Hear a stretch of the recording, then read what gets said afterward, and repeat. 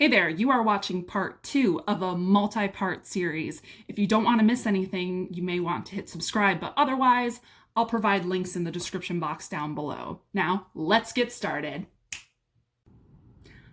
Hi, welcome to my channel. My name is Crystal. I have finished my eyebrows, eyeliner, foundation.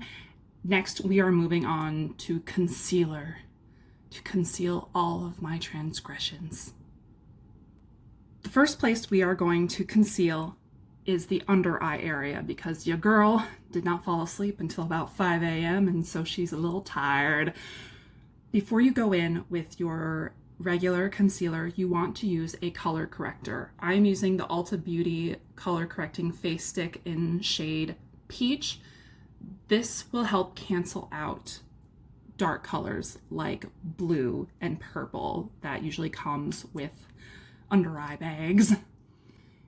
You don't want to apply it too heavy to not make it too cakey. And we're going to blend it out with our beauty blender.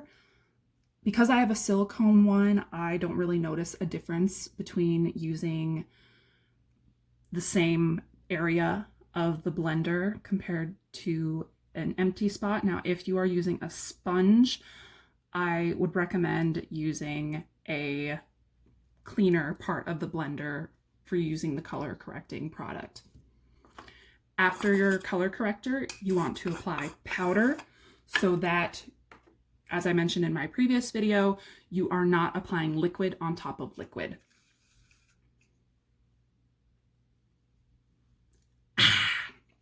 Next, I'm going in with my Maybelline New York cover stick, which is what I also used around my eyebrows. And instead of doing just my under eye, I am going to make a triangular shape to open things up more. But in addition to that, I'm going to put little spots in the middle of my eyelid because this will help brighten up the eye, make it look more open. The same reason you use a light color on your waterline.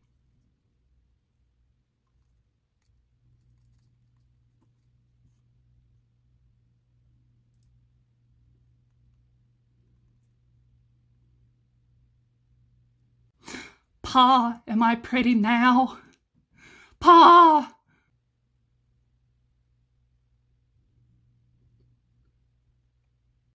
Just like everywhere else, you also want to blend what is on your eyelid. Otherwise, just an awkward spot. You can also add concealer to the middle of your eye to add some brightness. However, if you're concerned about your eyes looking too far apart, that might contribute to the problem, so it depends on how you feel about your face shape. But we're not going to go into contouring today.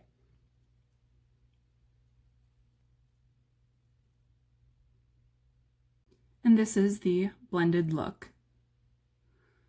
I'm so glad you guys can't see this in person because it is so cakey from my medication. It looks terrible to me. But as long as it's showing up okay on camera, all these techniques work in theory. This is my usual beauty routine before I had all of these topical medications. And I look forward to when I can talk to my dermatologist again to see how we can fix this situation. This looks terrible. Oh, I'm so sad.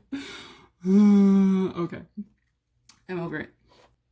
At this point, we can apply our mascara. I'm using my Focus Ulta Waterproof Amped Lashes Mascara.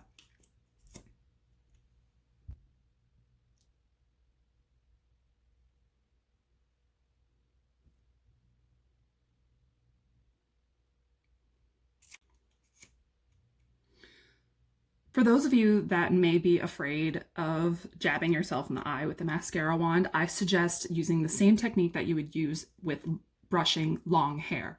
Start at the tip and kind of work your way in as you get more confident. And if you need to partially close your eye to help use your lashes to protect your eye, that's fair game. You can do that. For me, it also helps not to look directly at the wand because I think it activates a reflex to protect your eye from something that is coming at it. You do eventually want to apply root to tip, but work your way in as you feel comfortable.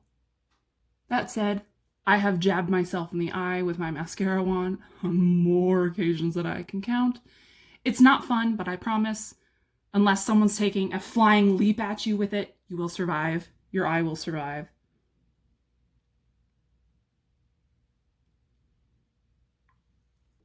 After you've applied your mascara, just give it a quick once over with your setting powder. I take particular care to get underneath my eye because it, in my experience, helps prevent the raccoon eyes as it smudges throughout the day. And when you do touch-ups throughout the day, that is where you want to take particular care.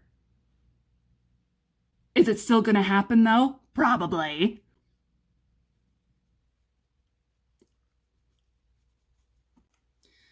Next, we will proceed to blush. I'm using the Avon Heavenly Pink.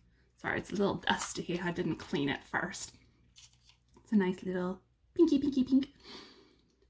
I just used the brush that came with it because I'm a heathen.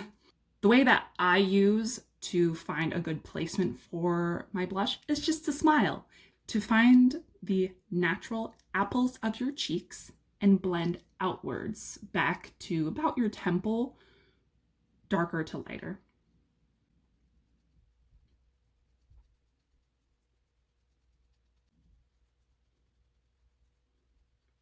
I use a light enough blush that it tends to just give a nice rosy look, but you're absolutely welcome to do peachier colors or brighter colors depending on the occasion. But a light pink is nice for an everyday, just cute little face.